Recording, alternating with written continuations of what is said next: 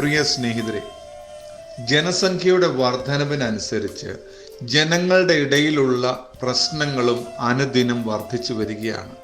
ദൈവം നമുക്ക് തന്ന ബുദ്ധിയും അറിവും കഴിവും ഉപയോഗിച്ച് നാം പുരോഗമിച്ചു, നാം നേട്ടങ്ങൾ കൊയ്തു, വർധനവുണ്ടായി എന്നൊക്കെ അവകാശപ്പെടുമ്പോഴും സമൂഹത്തിൽ പ്രശ്നങ്ങൾ കുറയുന്നില്ല. പോലീസ് സ്റ്റേഷൻ്റെയും കോടതിയുടെയൊക്കെയും പ്രവർത്തനങ്ങൾ എത്രത്തോളം തിരക്കേറിയതായി എന്നുള്ളതും കേസുകളുടെ എണ്ണം അല്ലെങ്കിൽ പോലീസ് സ്റ്റേഷനിൽ എത്തുന്നവരുടെ എണ്ണമൊക്കെയും വർദ്ധിച്ചുകൊണ്ടേയിരിക്കുക.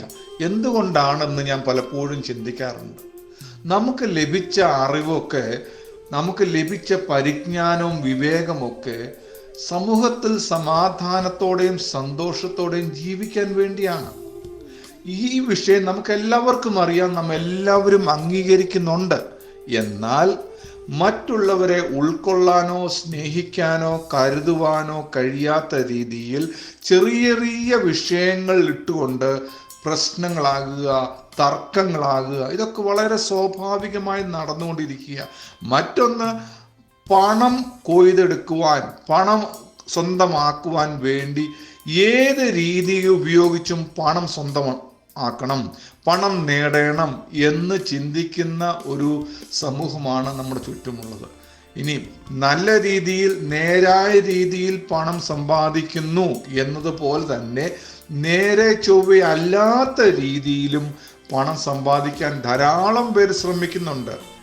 മറ്റൊരാളുടെ കയ്യിലുള്ള പണം എങ്ങനെ എൻ്റെ കയ്യിലെത്തിക്കാം എന്ന് ചിന്തിച്ച് നമ്മുടെ സാമർഥ്യവും മിടുക്കും കഴിവൊക്കെ മറ്റൊരാളെ കളിപ്പിച്ചുകൊണ്ട് എനിക്ക് പണം സ്വന്തമാക്കണം എന്നും ധാരാളം പേർ ചിന്തിക്കുന്നുണ്ട്.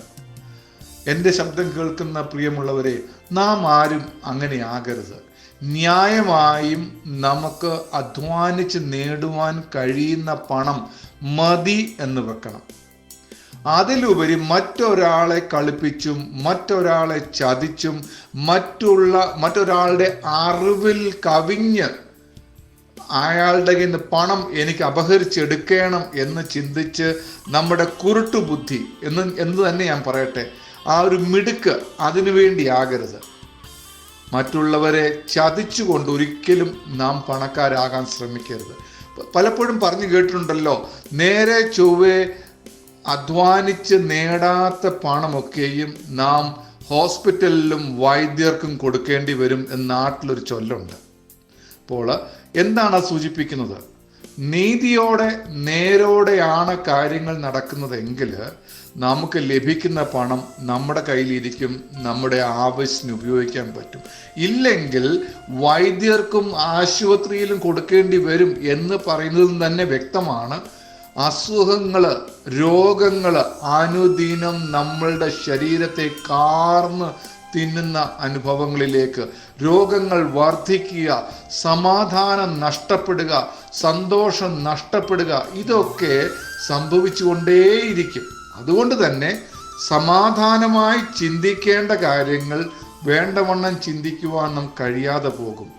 ആരെയും വേണ്ട, എനിക്കുള്ളതും എന്ന് മാത്രം ചിന്തിക്കുന്ന സങ്കുചിതമായ ചിന്താഗതിയിലേക്ക് നാം ഒക്കെ നീങ്ങിക്കൊണ്ടിരിക്കുകയാണ്. ഇതിനൊക്കെ ഒരു മാറ്റം വരണ്ടേ? നമുക്കെല്ലാവർക്കും അറിയാം ഇതിന് മാറ്റം വരണമെന്ന്, പക്ഷേ നമുക്കത് കഴിയാതെ പോകുന്നു. അതുകൊണ്ട് നമുക്കൊരു തീരുമാനം എടുക്കാം.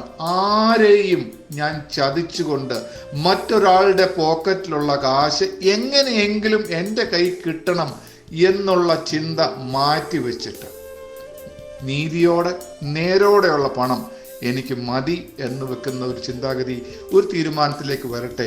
ദൈവത്തിൻ്റെ രാജ്യത്തിലെയും അനുഭവങ്ങൾ എന്ന് പറയുന്നത് നീതിയും സമാധാനവും സന്തോഷവുമാണ് എന്ന് വേദപുസ്തകം പറയുന്നു. അങ്ങനെയെങ്കിൽ ദൈവത്തിൻ്റെ ഭരണം നടക്കുന്നിടത്ത്, ദൈവത്തിൻ്റെ നിയന്ത്രണമുള്ളിടത്ത് നീതിയുണ്ട്, സമാധാനമുണ്ട്, സന്തോഷമുണ്ട്.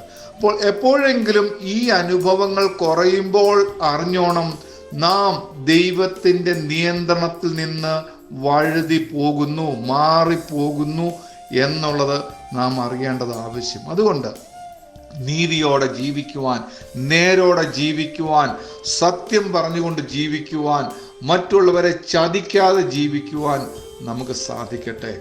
അതിലൂടെ നമുക്ക് സമാധാനം കണ്ടെത്താൻ കഴിയും, അതിലൂടെ നമുക്ക് സന്തോഷം കണ്ടെത്താൻ കഴിയും. അതുകൊണ്ട് തിന്നും കുടിച്ചും ആസ്വദിച്ചും ആഹ്ലാദിച്ചും കൊണ്ട് ജീവിക്കുമ്പോൾ നമ്മുടെ ചുറ്റുപാടുമൊന്ന് കണ്ണോടിച്ച് നോക്കണം.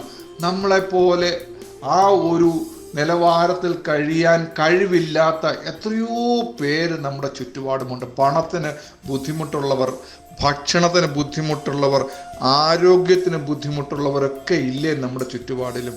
അവരെയൊക്കെ ഓർക്കുമ്പോൾ നമ്മൾ ഒന്ന് ഒതുങ്ങി ജീവിക്കുന്നത്, മറ്റുള്ളവരെ കരുതി ജീവിക്കുന്നതൊക്കെ നല്ലതല്ലേ?